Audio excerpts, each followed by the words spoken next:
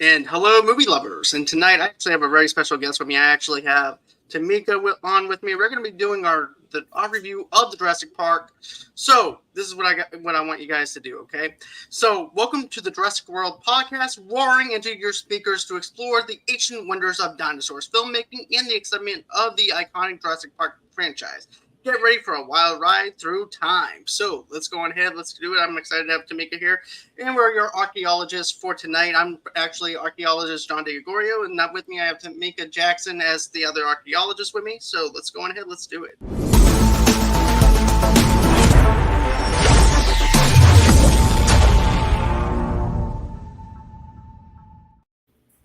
Hey, Hey, how's it going, Tamika? I try not to get eaten by this dinosaur. Try not to, because that dinosaur scared the hell out of me in the thumbnail. I'm just gonna say that. But Okay. you kept your cool though with him. Okay, So thank you. Thank you. you're very welcome. So She he's just not gonna attack. misunderstood. She just misunderstood. Just misunderstood. Okay. So, Focus. I just want to say this. Welcome to the show. I'm always happy to have you on here talking about movies and things like that too.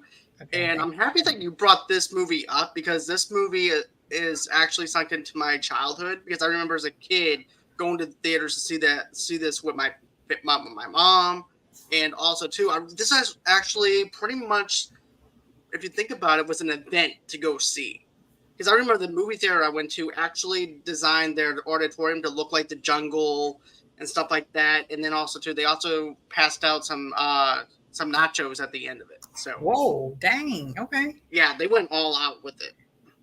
Jeez. Yeah, the first time I saw this movie was I know exactly where I was, but it was on VHS. So it was fifth grade and it was a cafeteria auditorium and we were talking about dinosaurs. And one of the teachers thought, "Oh, they're showing Jurassic Park. They'll learn about dinosaurs." And then that's when we heard so many cuss words, and we were like, "Hang on to your butts." We were like, "Ooh!"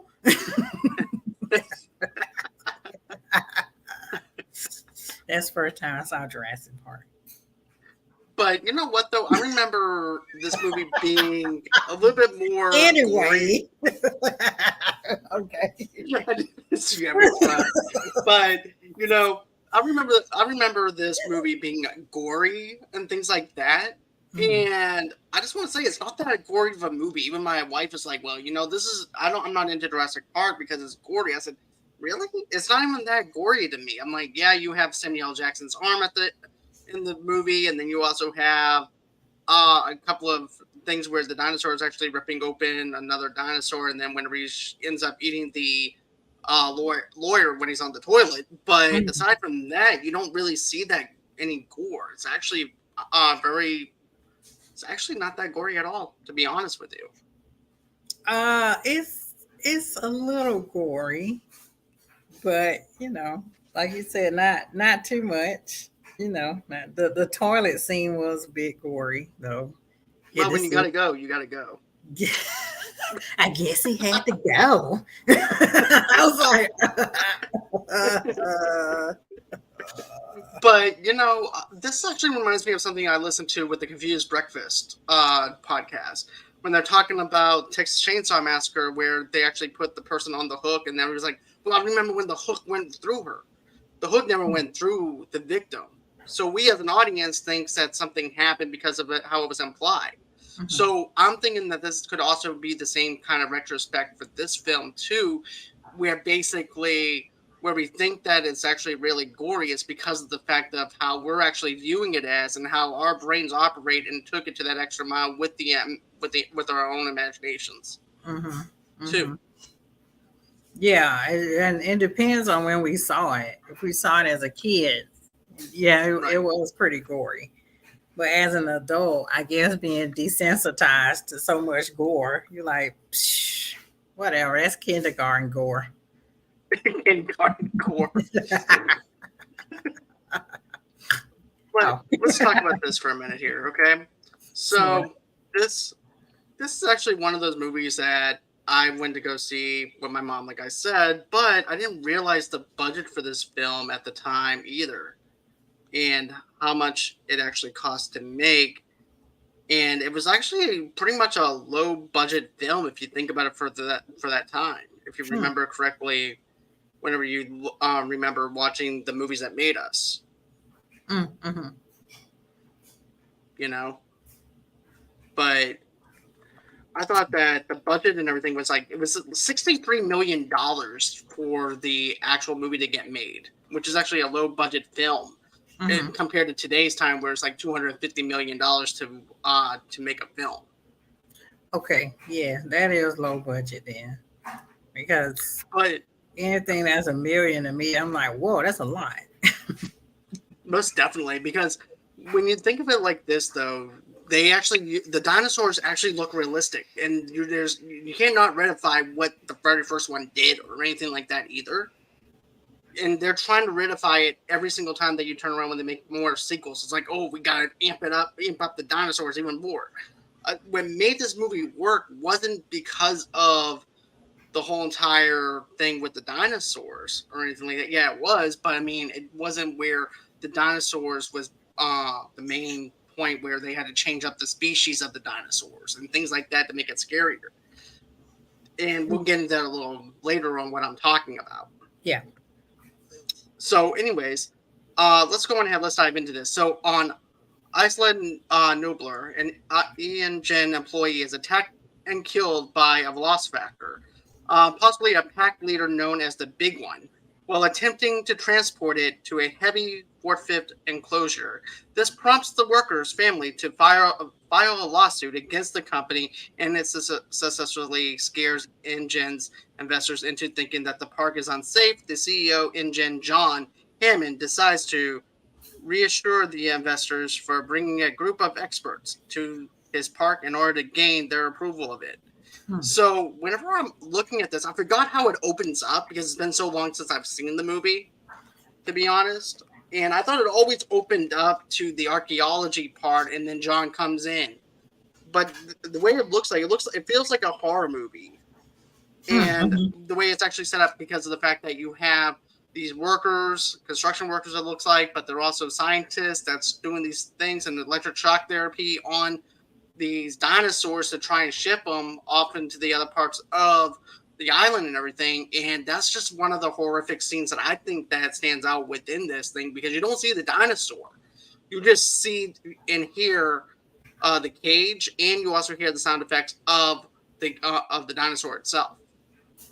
Yeah, yeah. I when I was looking at New Rock Stars Deep Dive of this, it was kind of like a reflection of Steven Spielberg's lessons he learned from Jaws. You know, not to show the monster in the first half of the scene, but to just make it like a surprise, a suspense to the audience. So there's that anticipation of, okay, what does this monster look like? You know, because like you said, it was horrific. And I mean, yeah, oh my God. I'm just thinking about the whole scene that when the guy was trying to do his job and the dinosaur grabbed him, and then you see him going up from the cage, just half his body going up, and then Mm-hmm. they're pulling him, and then you get the close up of his hand just sliding in between the other guy's hand, and then this all you see, and then it fades to black, and you're like, whoa. That was just such a cold opening if you think about it, though, It was. because you don't expect that kind of opening from this. I'm always thinking it's going into the archaeologist part of it, where Sam Neill is talking about the raptors and stuff. But no, it goes into that part first, and then it transitions over into that part. So I like the slow build of how the very start of the film actually sets the tone for it, because I feel like it does set the tone for what we are about to endure in the rest of the movie, though. Yeah, and it was at night too, which doesn't help. Exactly. It doesn't help at all, but I have to say the scenes, the way they did it for that one, I thought that the lighting was fantastic for it. And it wasn't too dark or anything like that. I was able to see everything and things like that too. So that's something I really have to say that it had going for it. Mm-hmm, mm-hmm. I agree. So next we have the among the groups, he invites a planetologist, Dr. Alan Grant, and a palobotanist. I don't know how to say that. Dr. Ellie Stoller, two scientists whose digs he's been funding. Dr. Ian Malcolm, a mathematician or a cataton as he calls himself, and he's an inventor and also, of course, the investor lawyer.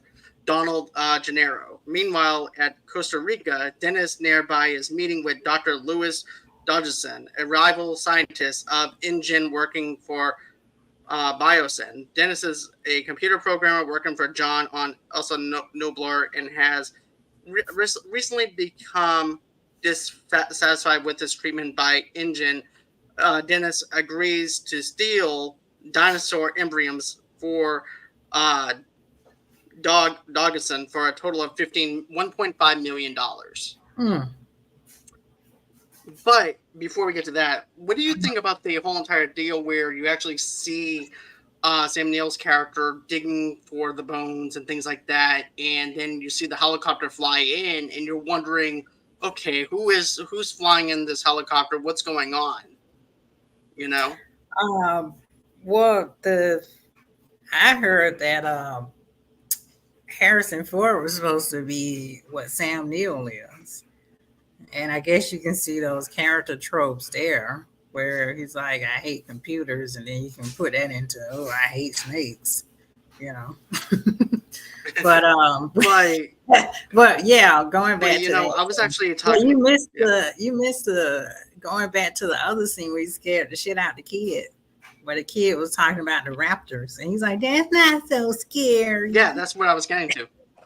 No, you weren't. You were trying to jump to the scene with the helicopter. I wasn't. I can't help it. Whatever. Anyway, yeah. Okay. Well, whatever. The kid. It was a kid who brings their kid to a paleontologist site. Anyway, he should have been in school. But Sam Neill was talking about how dinosaurs. What was he comparing them to, like birds or something like that? Where anyway, the kid, this snot-nosed kid was like, that doesn't seem so scary, because he was talking about raptors. And then Sam Neill came with a raptor claw, and he's like, okay, well, imagine the raptors coming to you, and they don't come straight ahead, they come from the sides. And then he got his raptor claw, and then he's like, he slice your belly open here, then he cut your throat up, then he do this. Now have some respect, punk nose bitch. And then this kid was like, oh, okay. And I was like, dang, you have to do him like that. That's my interpretation of it.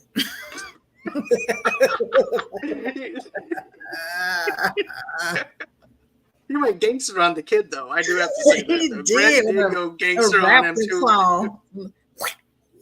I'm like, dang. Think about that. What do you think about that, though? He's not that scary now. What do you think about that? And then they should have put some glasses on him, like don't. But yeah, that was rude. For what's the funder's name again? You're talking about Hammond. Hammond, yeah. He comes in. Let me just tell you this, though, Tamika. Yeah, go okay. ahead. All right now. He flies in a helicopter. He's over there ruining the fossils. Yeah. They have to cover everything up that they just discovered. Exactly. To protect them. He's also blowing away Grant's clothes off the clothing line.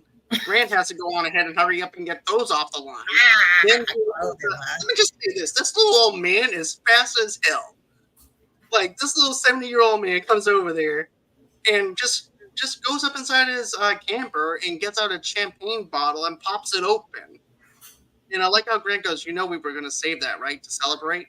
Because this is a time to celebrate. No, this is time for me to kick your old ass out of my camper and tell me who the hell you are. That's a good point. How did he just landed and they were covering things up? How did he jump out the plane and go da da da da da da and then like, I have to get over to get the champagne? Yeah, how did he get a key? Was the camper open? Like, how did he get? I'm thinking that the camper was open because of the fact that they're so close to the campsite. That's what I'm assuming. Okay. Oh, they leave their doors open. See, if they blocked the door, he wouldn't have got in. Exactly. But Yeah, Hammond, he just goes on ahead and is like, you know what? It's going to be okay. They're going to be okay with it once I tell them that I clone dinosaurs yeah, and that yeah. a bunch of other And people are going to die later on, but it's going to be fine right now. And I'm excited because my park is open. I need them to believe in this park. So he yeah, goes on ahead. And I like how this is the plot motivation is there within like less than 5 minutes of the film. yeah, because he funds their research for 3 years. He's like, they're like, well, I don't know. He's like, how about I just throw some more money at you for 3 years? You know, he treat him like a stripper, like dance for me, dance. And they're like, okay. I'm like, you don't gotta take that, okay? You can tell him no, and we could have ended this movie. But no, they don't say no. They wind up going on a helicopter ride, and with Malcolm and Grant is still one. To be honest with you, this is actually my favorite scene when they're Really? first Okay. getting to know each other because it's to me it's kind of iconic because they don't know each other from Adam or anything like that. These are strangers that are just basically there to see what this thing is all about. Mm-hmm. And so so basically what I'm thinking is Hammond is basically saying, okay, well, if these two don't believe in what I believe in with this park, at least I'll have other two people that might back me up though too, because he does mention the fact that out of everybody that that's on my side is actually the crooked ass lawyer, even though he doesn't say crooked ass. I kind of kind of Yeah, expanded on it's an R-rated show now. Every time I it. come on, it's an R-rated show. Exactly. But I just want to say this. Like I said, it builds up the excitement for the park because we as an audience don't know what to expect for the very first time if you're a first time watching this. So if you're going into the theater watching this for the first time, you're just excited as Malcolm is. You're just excited as Grant is. You're just excited as everybody else in this helicopter, including Ellie. So we're wondering, okay, what's this park all about? Where is this going to be landing at with this helicopter? And then the way it like whenever it starts going up, dropping altitude a little bit, it starts shaking us. And I like how basically you have Hammond. He goes on ahead and says, "Oh, it's just a little shaky." Yeah, like the turbulence I had on the plane. I'm like, you're like, oh my god. But can we talk about Malcolm's introduction? Yeah, It's that weird laugh he has.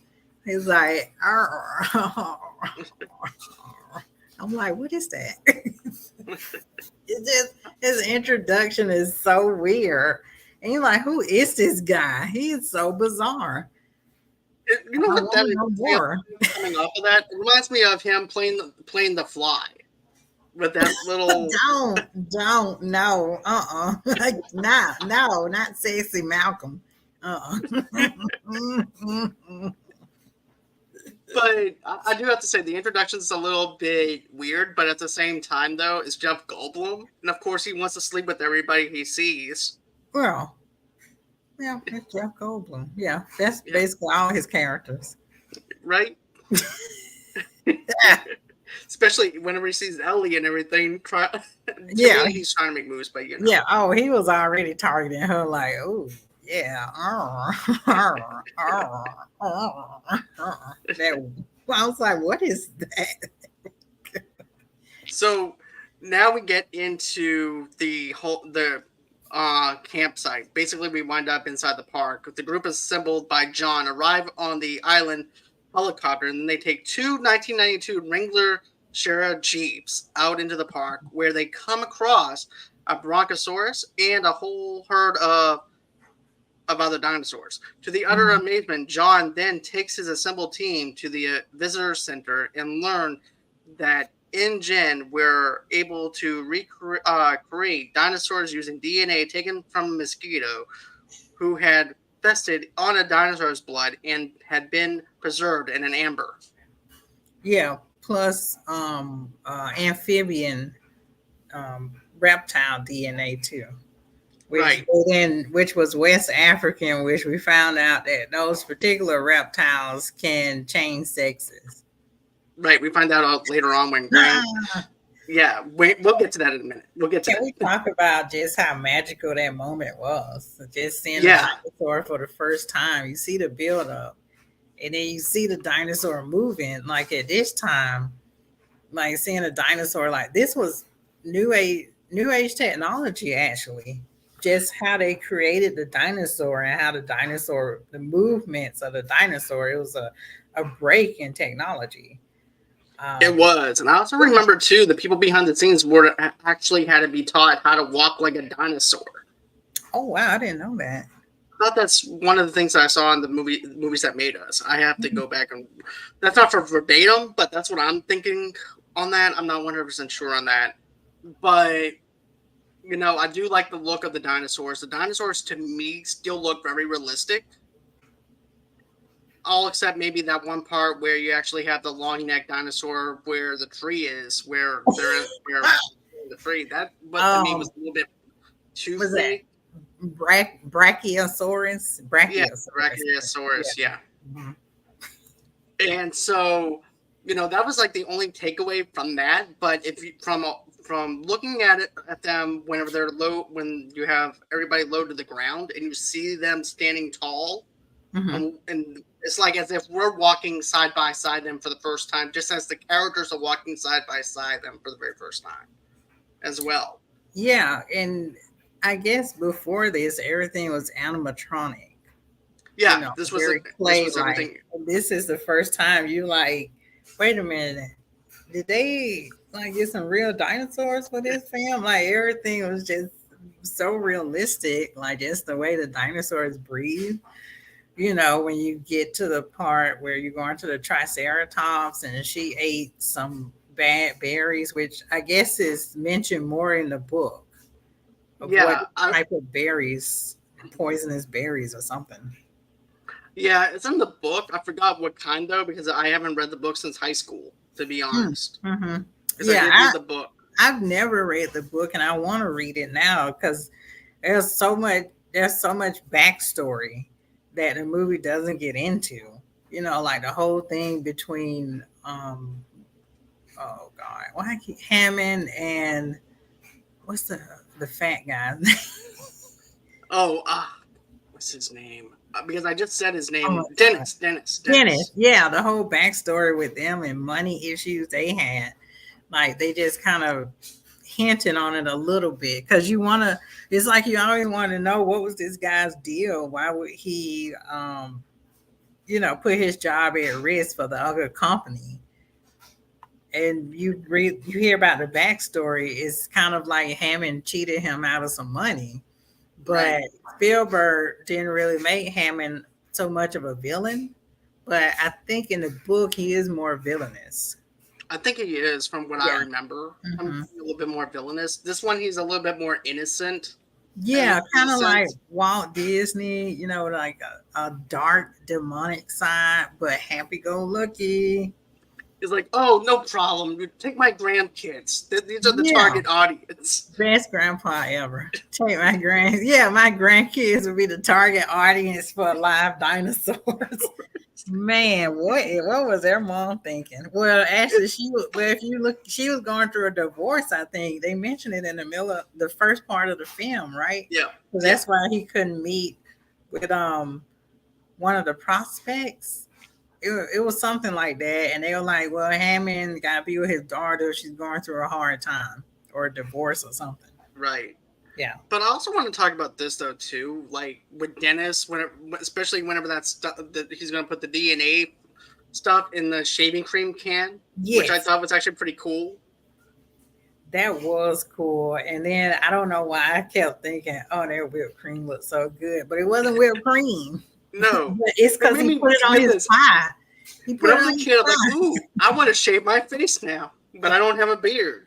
Do But you remember that laugh he gave? It yeah, took me the longest time to know that was his laugh. It was like a high pitched screech, and I was like, "Oh, the can is screeching." I did not know that was him laughing. I was like, but you "Okay." know what? At first, I'm like, you know what? I want to have this as a prop, but then I'm like, no, I'm gonna hold myself open and see what else I can get as a prop. So I I think think I you would should actually get do one of it. those little vans that they have. I think you should do it. There's probably a prop like that on eBay. Probably, but I'm not paying $300 Yeah, for it. and then he took you through TSA. I don't think you can get away with that at TSA now. But No. back then you could. They were like, look like a shaving cream to me. Pass. Pass. And then they squirt it and everything, and then oh, okay, yeah, it does feel like Yep. regular. Just like Yep, shaving okay, you're cream. good to go, sir. Go They on have ahead. to make Is it this more. Gillette? They have to make it more advanced because it goes through the X-rays at TSA now. Right. But okay, so this is another thing that reminds me of like Epcot Center whenever they're going over there to discover the biology of what they do with the DNA. Yeah. And they're going through this ride and they go to the simulation and then you see the scientist over there. And I like how, they look at it and like, is this for real? Is this a legit thing? Or this animatronics? He goes, oh no, there's no animatronics at my place. This is not, no. This is not Disney World. This is not, this is the real deal. So, so they said, well, and then I like how Hammond's like, well, not Hammond, but I do like when Grant's like, can we get off the ride? He goes, can we get off this thing? He goes, well, it's kind of a ride. And he's over there just wanting to finish the ride. Man, I wanted to get on that ride so bad. I was like, oh, that looks like fun. Just the way he described everything, like this film opened the doors to so much innovation in so many other films. I think Peter Jackson was inspired by this film too. But yeah, I know Jurassic Park is a ride somewhere, but I wonder if they have that aspect too in the beginning where they describe like how they do the DNA and they go through the sequences, and then you see the other scientists where the lawyer was freaky and he was like, "Are these erotic robots? Erotic Animatronic, right? Well, he said erotic robots, and it's like, no, they're not animatronic. I was like, ugh, kink. Reality already. I was like, whoa. There's species erotica over here. Yeah. But yeah, I want to take that ride. I do too, but I know it's also a water-based ride though too. That's something else I know. Because I did watch clips of it because on YouTube and stuff like that. Because I was like, okay, I wonder what this ride looks like because I was never able to be on this ride at Universal. I mean, remember when my grandfather took us to Universal, and I said, I want to ride that ride. We got to go back to the hotel, but I want to ride that ride. Yeah. But he wouldn't take me. So that Steven Spielberg and the whole crew, because I guess in the book this is like a theme park, right? But like they had Jurassic Park merchandise everywhere, and they made it seem like this theme park. Do you think they thought it was going to become a theme park or as big as it is? I think this guy. Here's the thing. I think Hammond thought that it was going to be a theme park. Steven Spielberg, in the movie they got the merchandise for Jurassic Park in the movie. Like, do you think Steven Spielberg and them thought this movie is going to be big? It's going to be. I don't think so at the time. I think he went in there just making a movie like he normally does, and didn't realize how much they were going to be involved with it to the point where it just blows up because this movie made bank. Yeah, because I mean, they already flash shots of their merchandise in the film. Right. They go to Dinosaur. I do remember the merch. I remember the merchandising for it, though, back in the 90s. I had the action figures of the dinosaurs and the Jurassic Park t-shirts. My mom said we ain't have no money. I just remember being decked out with stuff, with the Jurassic Park stuff. I can get it now. I got money. I like how they get out of the ride. They go into this where the scientists are. And then I like how the eggs look. The eggs look really slimy. They actually look like they're authentic, real eggs.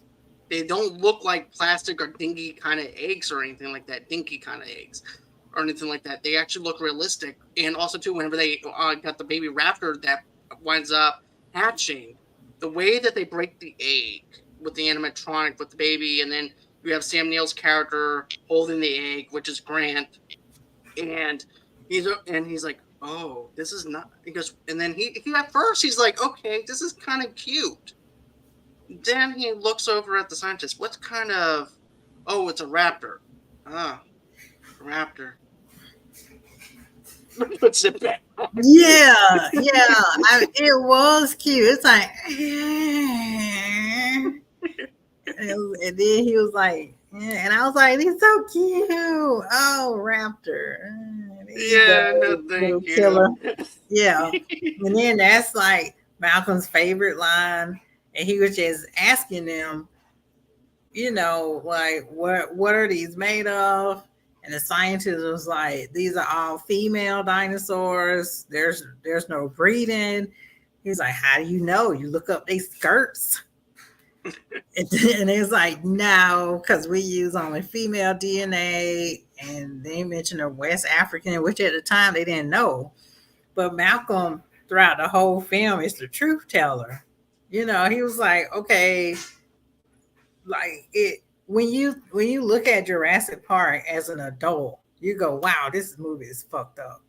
It really is Because because they're like, we control their breeding. Like we're trying to be gods, and we're in control of life. We're God. We're creating life. We just deny them the ability to breed. And Malcolm was always saying, well, life finds a way. He's like, life finds a way. You can't really deny something. And the next scene, Malcolm was saying, like, dinosaurs had their shot.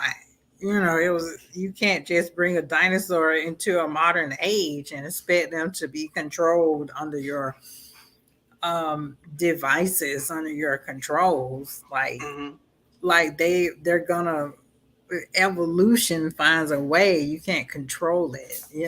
It's chaotic. right, Like, he's the mathematician for chaos theory, so he knows, like, you can't contain life. It's just gonna evolve.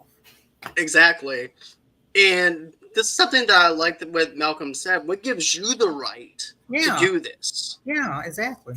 And I like how he's not defending him at all, like he thought he was. Hammond thought that Grant would be on his side, Ellie would be on his side, and Malcolm would be on his side, and all of them are against him, all except the investor lawyer, who's saying, "Well, we got to talk about the marketing. We also have to talk about other things." I'm like, what about insurance in case someone dies? You forgot he called him the blood sucking lawyer. Yeah, the blood sucking lawyer. Because everybody's on my side but the blood sucking lawyer. No offense. Oh, no offense at Yeah, all. because By the way, even we need the, to talk about the marketing, by the way, with the the t-shirts and lawyer, the gift yeah, shops. yeah, the lawyer was like, oh, John, this is gonna be great. We can charge a bunch of money. And he's like, no, no, no. This isn't just for the rich. This is for everybody. Oh, we can have a coupon day.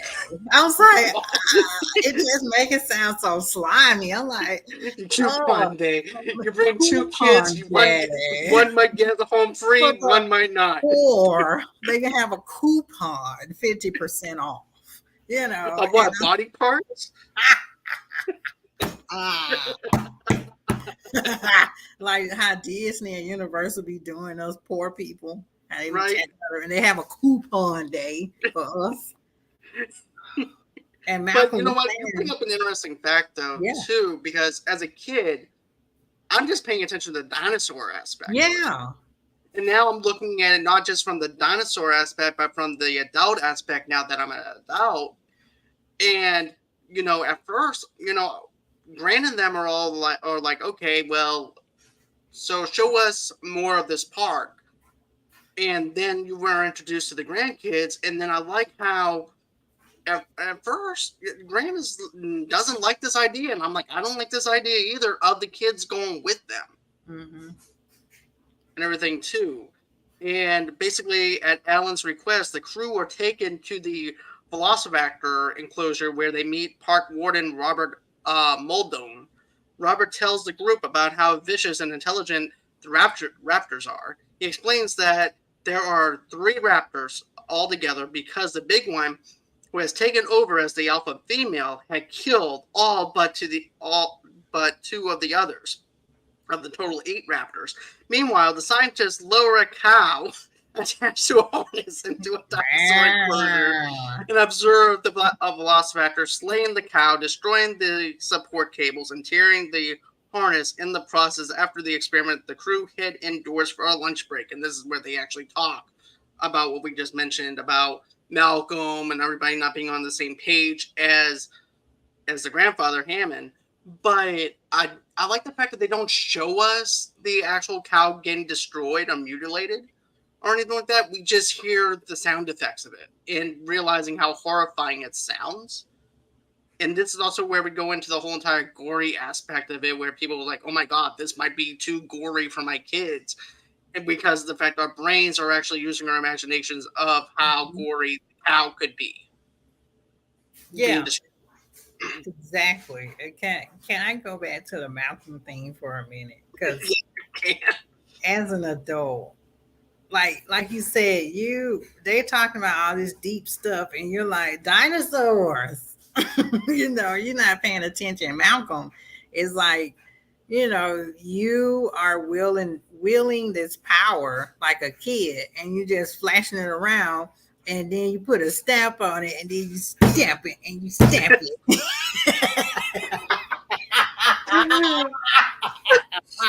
And you stamp it, and you stamp it, and then you put. I was like, I promise you, Tamika is on meds right now. just so you stamp it, and you stamp it, and you sell it. And I'm like, oh my god! But he's right though. He's like you. That's a short. I saw this movie too many times. No, but he's right though. It's like you have this power, and they were trying to defend themselves. Like, oh no, we're responsible. We have this opportunity, and we have this power to bring dinosaurs back.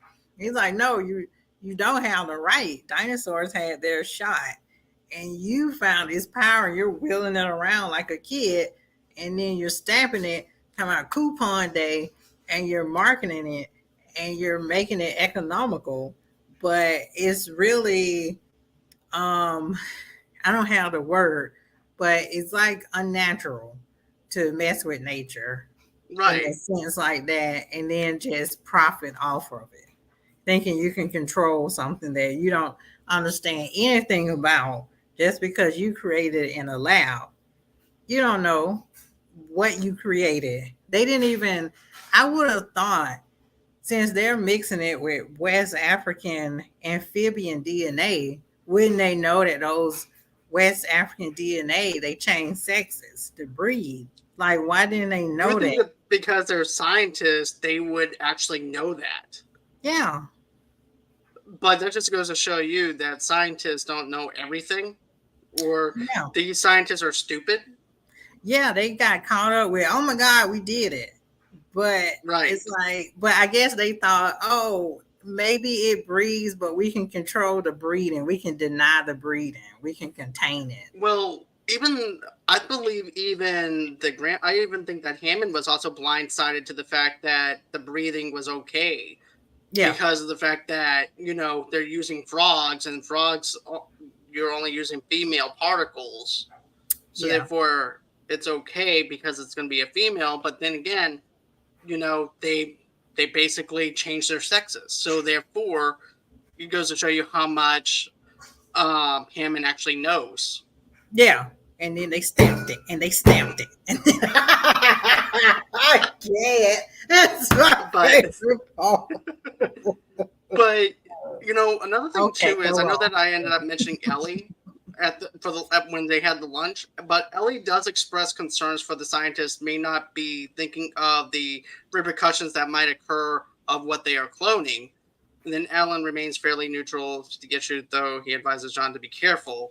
And Mhm. then that's when we talked about the whole entire blood sucking lawyer. So now we're going to move Yes, on to after lunch. yes. Thank you, thank you. Moving You're on welcome. with him endangering his grandkids. Mm-hmm.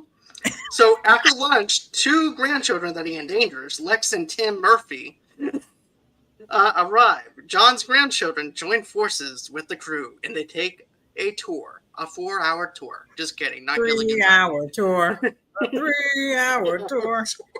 Through the park in electric tour vehicles, consisting of the 1992 Ford Explorer XLTs, both of them instantly take a liking to Alan, who doesn't appreciate the attention he does not garner much interest in children. The tour group visits the um Delaforas, I think. How do you say that?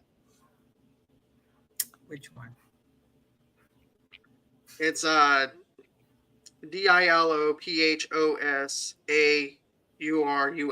Sorry, I'm not very good at actually pronouncing the dinosaur names. Oh, yeah, I don't know. Well, anyways, there's a dinosaur. Yeah, the big D dinosaur. Oh my god. Okay.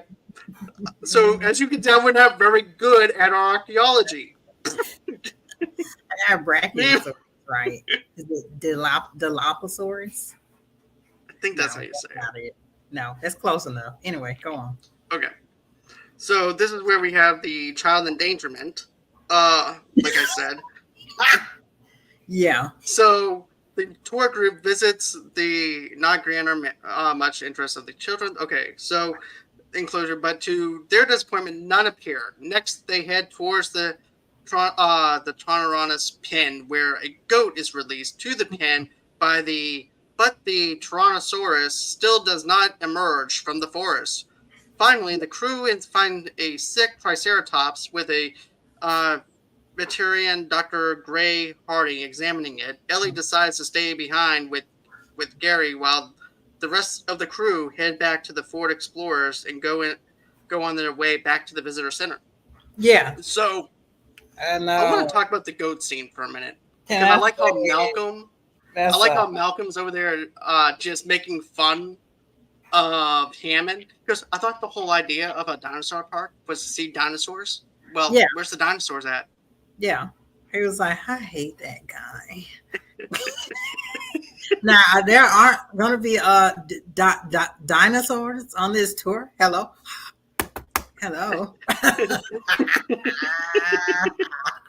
I hate that guy. Shucks. He's ruining my park. Me. He reminds me of the damn Monopoly guy. He's acting. Do not pass go. Do not collect $200. I took my shades off because I was doing that Malcolm thing. He's like, oh, that's a big pile of shit. And I remember as a kid, we were like, oh, he's shit. But I like the fact that we actually get to see that icon. Mm-hmm. Now that seems also iconic too, seeing the Triceratops for the very first time and how shocked and amazed they are, just as how we as the audience is also shocked and amazed about how that Triceratops looks and how it is. And I definitely liked the look of it. I thought it was fantastic.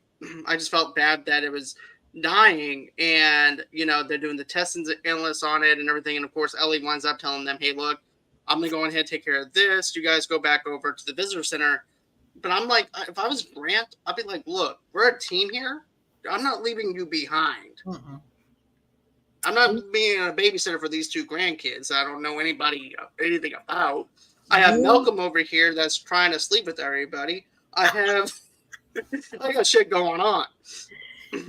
You remember that Malcolm asked Alan, he's like, oh, she's tenacious, isn't she? So Alan knows that his woman's tenacious. So if she's staying, he's like, okay, I'm gonna get in the car. I'm gonna go. I'll see you later, baby. Right. But Malcolm, and then Malcolm was flirting with what is her name?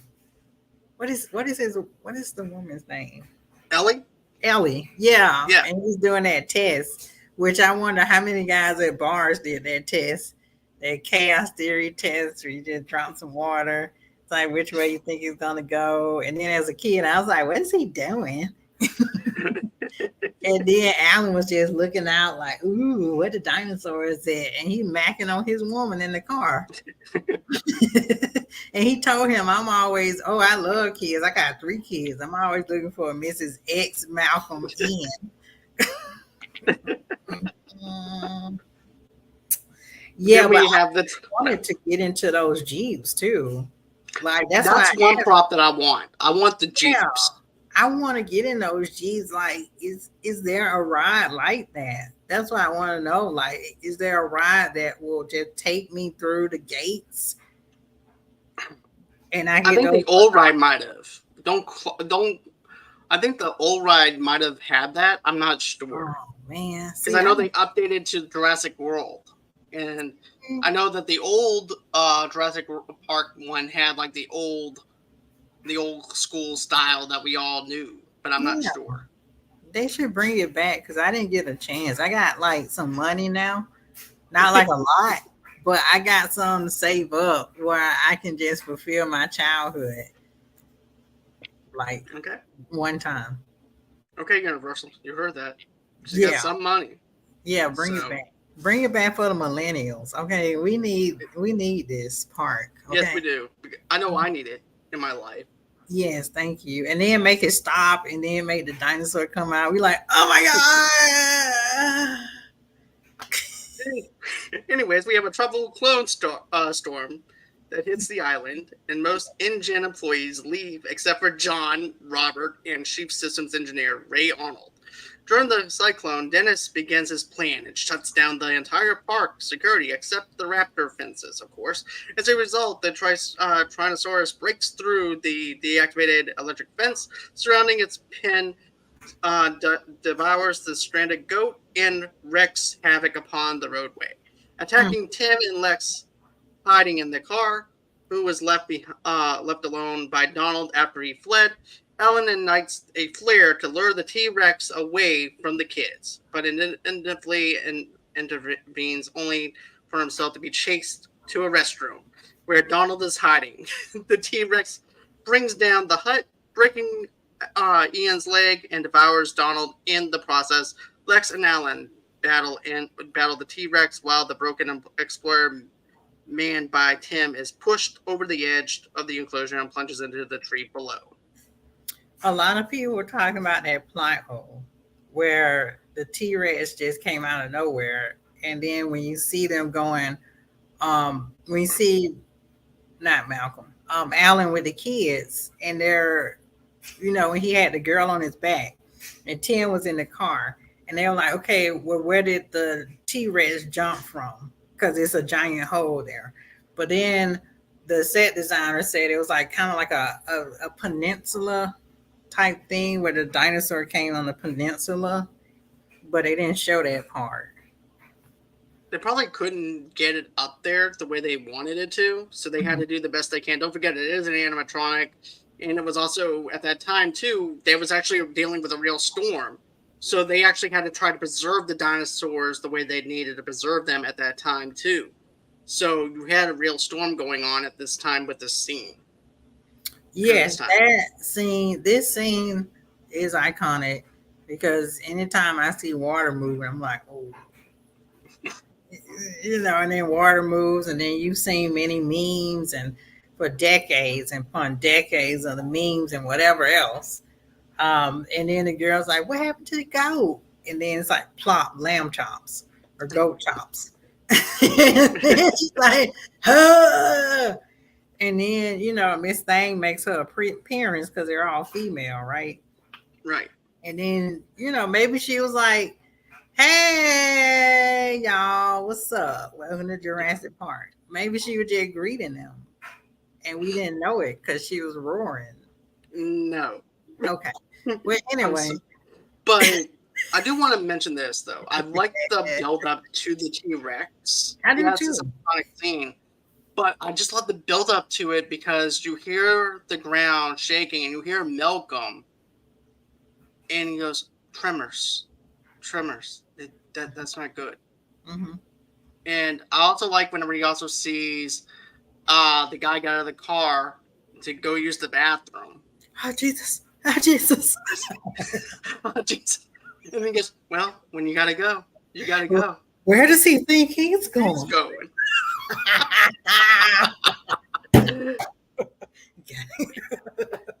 But yeah, and then of course I also like it too when we get to the hut and then the dinosaur winds up eating him all while he's on the toilet. Well, I was like, well, there goes the investor.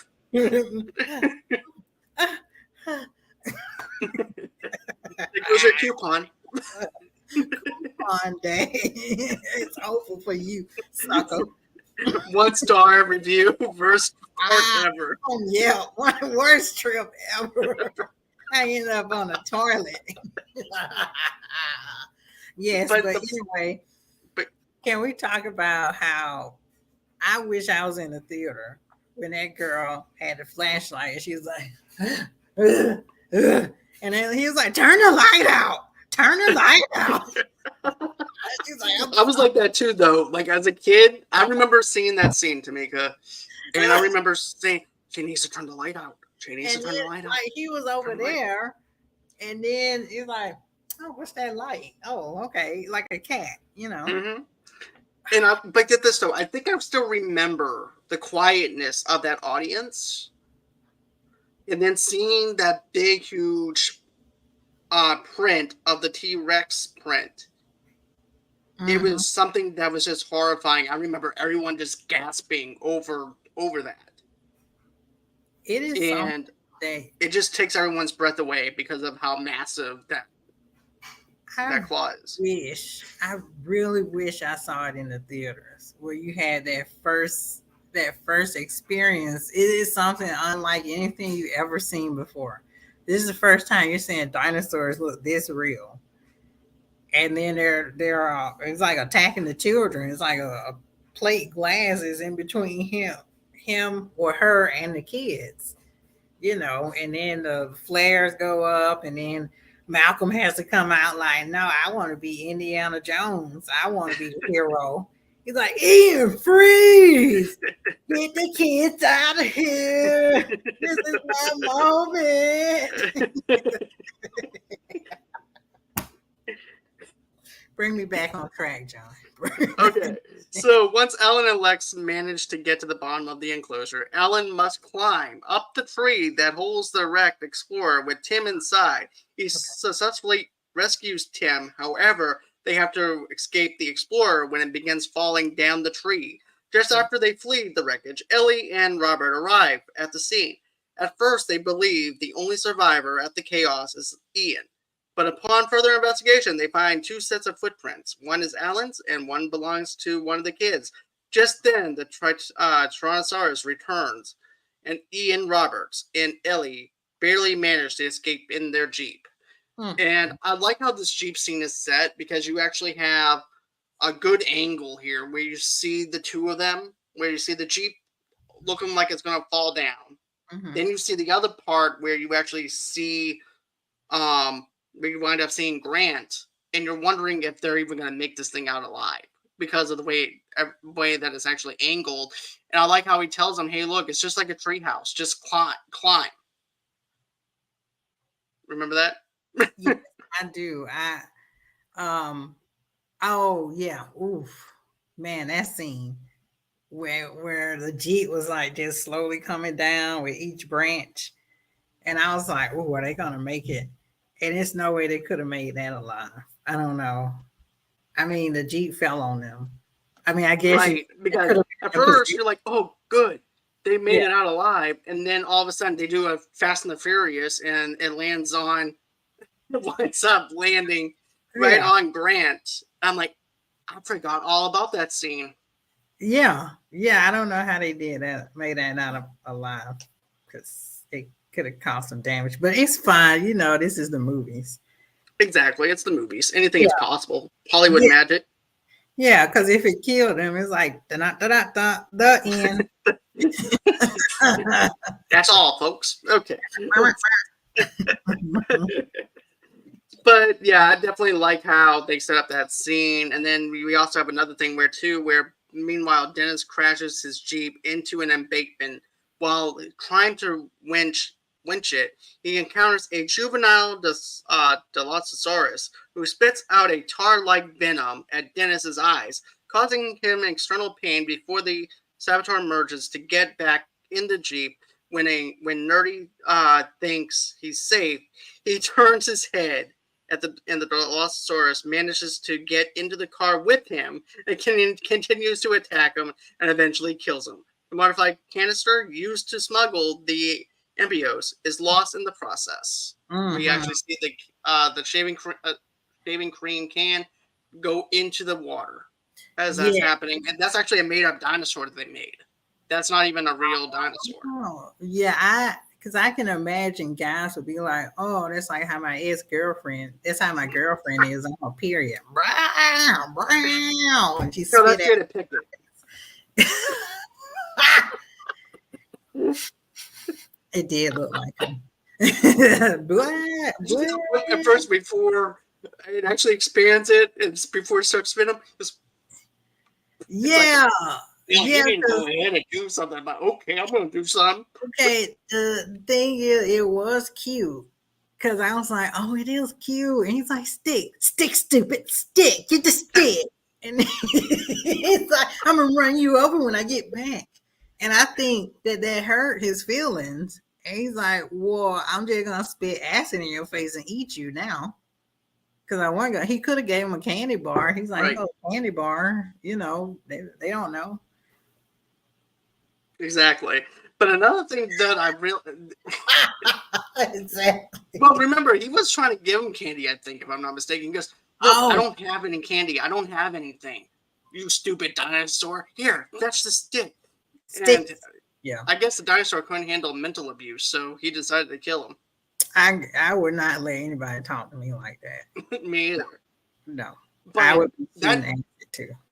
I do want to talk about this though, because I remember having this toy, the Jurassic Park toy Jeep with that dinosaur and everything. Oh. So the cool thing was I got to have the remote control car, and then you can actually push an eject button, and that dinosaur pops out and it sprays water. What? Oh my god! Yeah. You don't have. Which I did that to my aunt's Bichon. Oh. Probably on eBay. Probably. But it was the most fun I had in my life as a kid. The battery power sucked, though. Like, to play it for maybe 20 minutes, and you had to basically charge it back up. I'm like, this sucks. Yeah.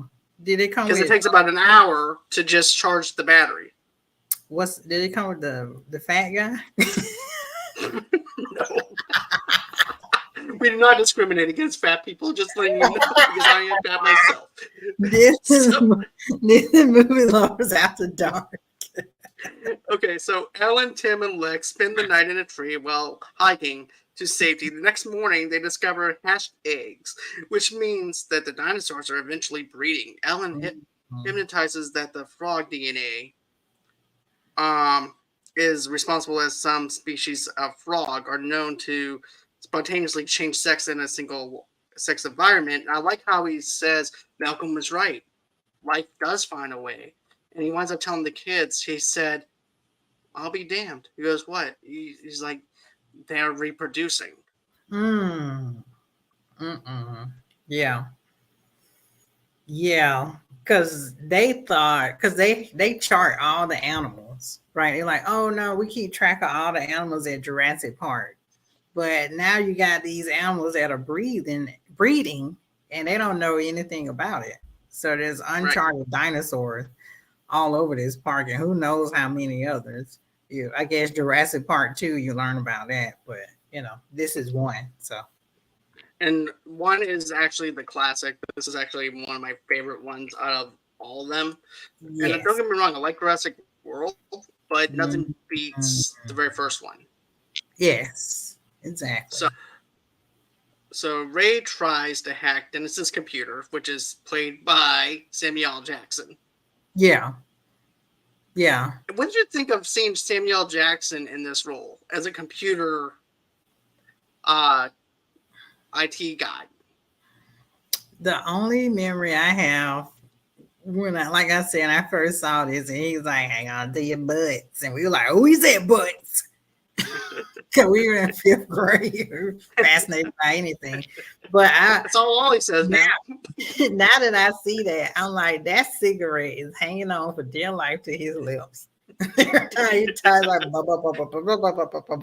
and he's like, "Whoa, that cigarette got it going on." But But yeah, I thought Samuel Jackson did a really good job. Now he was convincing to me. I was like, dang, this man knows computers. He just looks like he had enough of Dennis's sloppy work ethics. It's like Yeah, this desk is filthy. This guy tells him, "Oh, I'm gonna go to the snack machine, get some snacks, baby, next. something like that. You guys want something? Yeah." So the system is gonna just shut on and off for a couple minutes, but don't worry anything about that. It'll be good. And you're like, oh wait, what? And I mean, it seems like there should have been a backup, but they're working out the kinks to the park. So I guess there wouldn't have been a backup to Dennis. Because he's contracted. Wasn't he contracted? Right. Yeah, they were contracted, but my thing was this, okay? You know that during the summertime, that's basically the island's winter. So wouldn't you have a backup generator knowing that you might actually experience power failure even though no one's going to be in this park to begin with? Yeah. But also, I guess, because they weren't thinking, right? They made these dinosaurs. I guess they were testing everything out still. Like everything was still new. I don't know how long that the operation's been functioning before these people came to the park. Right. But Ray tries to hack Dennis's computer. Say the magic word. Please. So he turns the power back on, but fails. So he does a full system reset, which requires the circuit breakers to be manually reset from the utility shed. When he does not return, Ellie and Robert follow and discover that the raptors have escaped. The shutdown cut off the power to the remaining electricity fences around their pit. Robert realizes that the raptors are near and tells Ellie to go to the utility shed herself so she can turn the power back on, while Robert tries to hunt the raptor. So this is something I really liked, was the fact that, okay, the hunter is becoming the hunted because of these raptors. I like how they don't show the raptors right off the bat. It just shows you a first-person view of Ellie running into that other facility, which I thought was a good choice to do to leave us with some suspense to these raptors. Yes, I did too. We're also missing the iconic scene, which you told me you need the pop figure for. Malcolm's shirt and laying there like a model, like with his chest open. Yeah, and then they just like stay on him for a couple of seconds. I'm like, okay, that's weird. And then they go back, like the camera's like, ooh, yeah, he looks hot. Oh, sorry. I can see him. I can see Jeff Goldblum. Jeff, hey, Steven, yeah. Look, I was just wondering, can you look? The women, they're gonna love this, okay? Because I'm a sex idol since the '80s. Look, I need you to film me for an extra 5 minutes of me with my chest open. With my chest here showing, with me just looking. Yeah. Looking at what? It doesn't matter. Action. I'm just focusing. Like I just had one terrible Monday. I'm going to make love to this camera with my shirt up.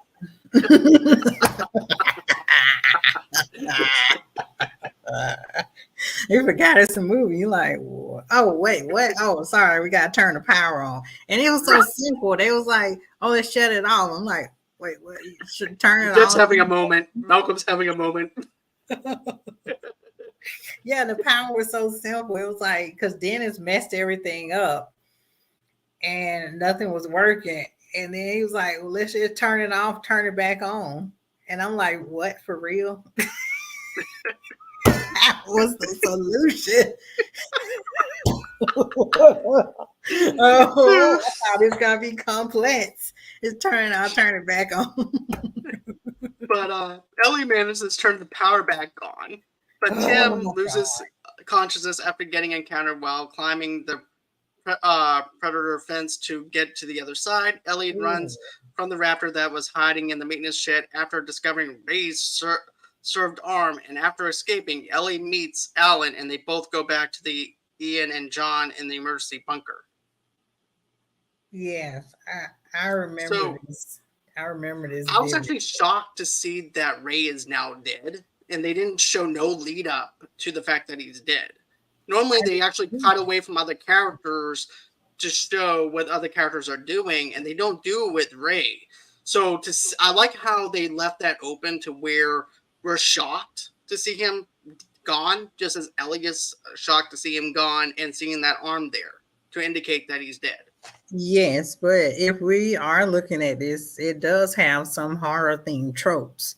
Because Mm-hmm. he was like the black guy. He's like, okay, I'm gonna shut it off. I'll be right back.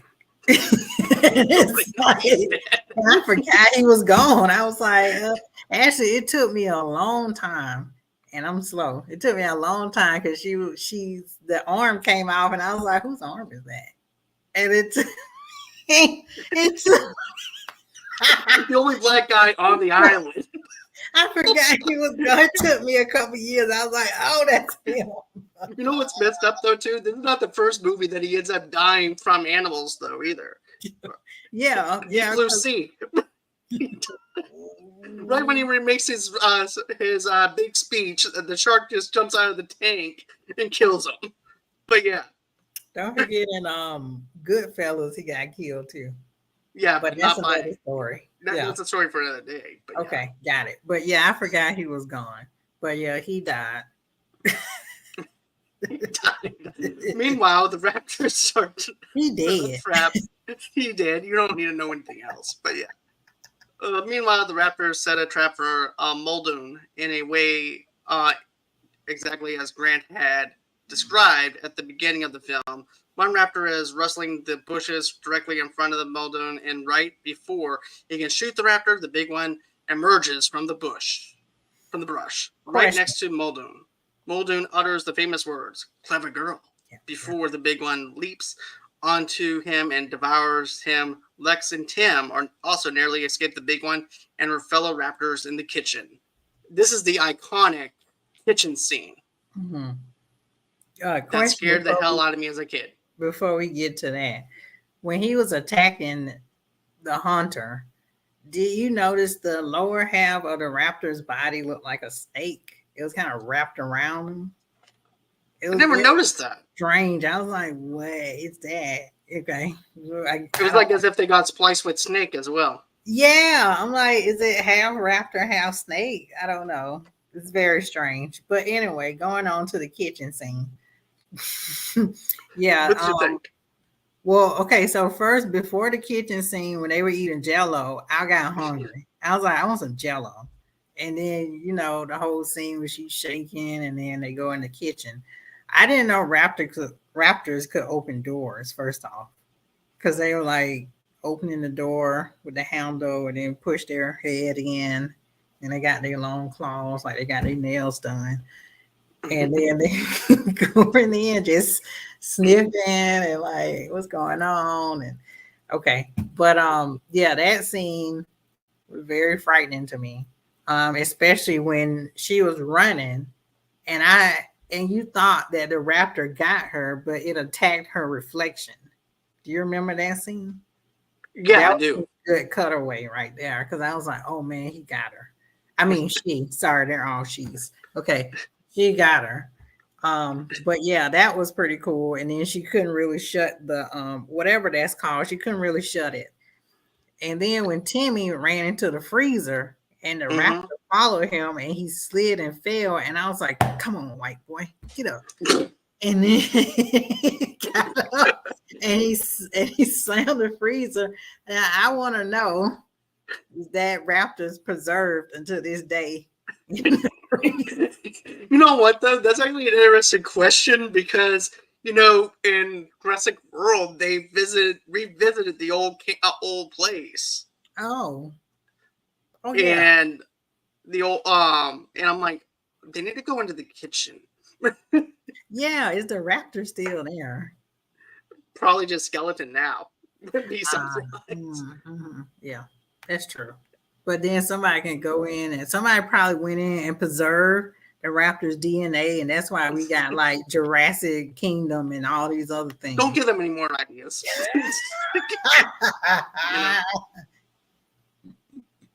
Okay, cool. Let's go on. But yeah, I just thought that was a pretty good scene. And then let's see what else we got. Meanwhile, the Raptors set a trap for Mondoon. No. Mm-hmm. Yeah, because this is where they go and they meet up with Alan and everybody else. Like the whole gang is here. And then the Raptors come out in the main exhibit hall. And then they're almost there and they're in a circle, like, this is the end, everybody. And then the T Rex comes out because she saves the day. Because that's why I think she's misunderstood.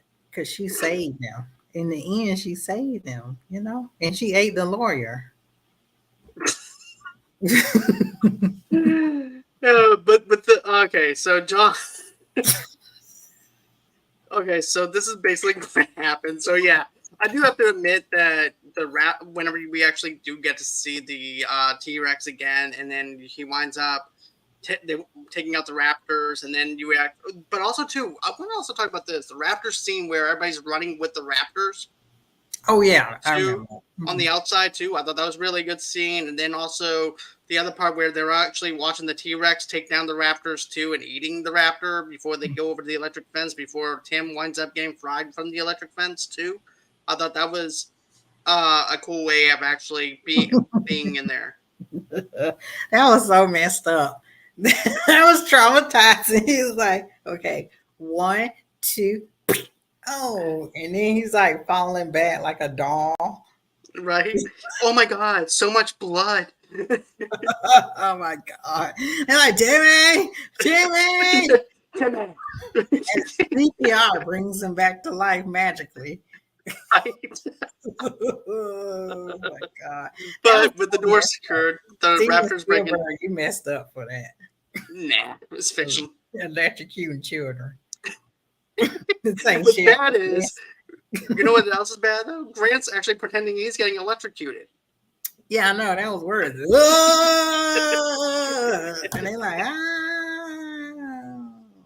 that's like, not funny. Lex is finally able to restore the park's computer systems in order to call John to request a helicopter rescue to the survivors. With the door secure, the Raptors breaks into the room through the windows, and Grant shoots at it through the glass. The group climbs up into the ceiling crawling space and arrive at the visitor center. Skeleton displayed only after Lex is attacked by the big one. Leaping up at her, the Raptors pursue, and after a scuffle with the big one on top of the fossil exhibit and the Raptors block their escape route, help comes from an unlikely source. The Tronosaurus, like you mentioned, suddenly appears and kills both Raptors, saving Alan, Ellie, Lex, and Tim in the process. The four then climb into John and Land's Jeep, then head for the landing strip. Alan decides not to endorse the park. Of course not.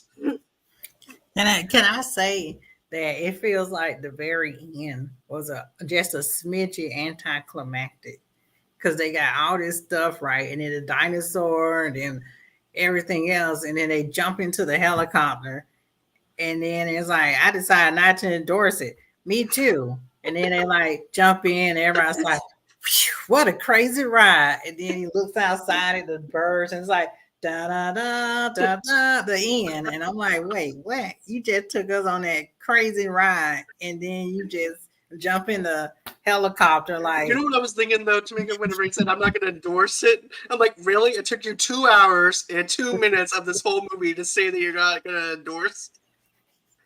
Of course you're not, because your grandkids almost got eaten up. Okay, so can we talk about another serious scene? Right. Yeah. Okay, so rewind. When Hammond was there with Lex, and this is before the Raptor enclosure, and he was having this talk with Lex, and he was telling her about how he used to create a flea circus, and it was all about creating this illusion. And he still didn't learn the lesson, and he was like, okay, so I know it looks bad, but next time I think we should do this. And she was like, there is no next time. People are dying, fool. You need to stop this. Did he stop? No. Jurassic Park 2. But he was like, okay, next time I think I know what to do next time so they won't break out. I'm gonna do XYZ, and still keep the illusion and make it real. And she's like, no, your grandkids are out there somewhere. People are dying, literally dying, and you still thinking about, okay, Right. next time I have to say this park. Okay, next time I think we're just gonna make the volts a little bit higher so that the dinosaurs can be electrocuted and people can be safe and they can still come to the park. He's still thinking about how I can make this illusion Right. still go on, because I had this dream of this flea circus, and I still have my dreams of bringing dinosaurs to people, and I can still contain it. And she's like, come back to Earth. This ain't working. Okay. These dinosaurs just need to all be killed off, and you need to let this go. Mm-hmm. Yeah, that's exactly what Malcolm said. These dinosaurs had their chance. Now it's our chance. Yeah. Of course, Jurassic Part 2, spoiler alert, he's like, okay, this time I know what I need to do. And that's the whole movie. This time we got it right. Well, guys, that's going to be it for our Jurassic Park review. Because this was actually a fun episode for us to do a deep dive in. I really had a good time revisiting this nostalgia trip and just realizing that this guy was just a bad grandfather. This could have been like a 3-hour show if you let me do the rest of my impressions. With that being said, guys, that's going to be it as far as the show goes. But you know what, though?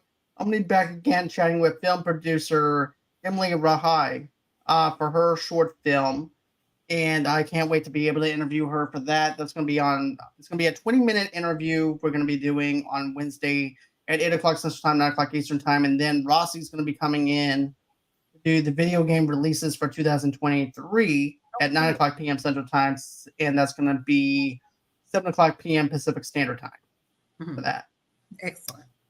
So, with that being said, guys, that's going to be it for this. But I can't wait to catch you guys on the next one. And always until next time. Bye-bye. Roar. Roar.